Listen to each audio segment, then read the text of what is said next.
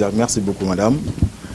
Exactement en ce moment, pourquoi? Parce qu'au moment où le débat est pollué, au moment où la manipulation est devenue monnaie courante, au moment où des forces tapis dans l'ombre se lèvent pour en mettre à feu et à sang ce pays, il était question fondamentalement de penser à nous Sénégalais, à notre sénégalité.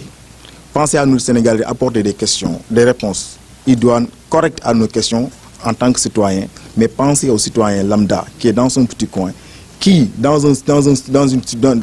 dans un état de psychose installé par le débat, pollué par le pétrole. Il fallait des gens qu'on se lève pour prendre une initiative, pour essayer de tirer le clair dans ce jeu clair-obscur. Donner la bonne information aux citoyens et faire face à cette manipulation. Combat, s'il y en a, c'est juste l'information juste et vraie. Arrêter cette désinformation, cette manipulation, cette façon de faire valoir des mains étrangères tapis dans l'ombre qui manipulent l'opinion à travers les politiques déchus à la retraite déjà et qui veulent emporter le pays dans leur déclin politique.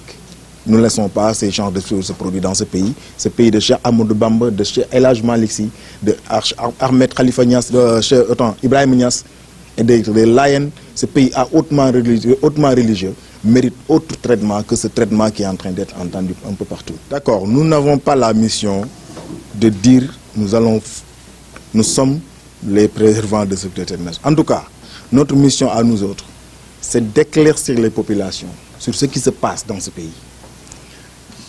Par salon, vous entendez peut-être des concertations dans les salons interminables. Nous allons penser, accoucher sur papier par la réflexion et après mener des activités sur le terrain. Tel que lu tout à l'heure dans le mémorandum, nos activités vont se tourner dans le ciblage, c'est-à-dire toucher la population qui est la cible essentielle.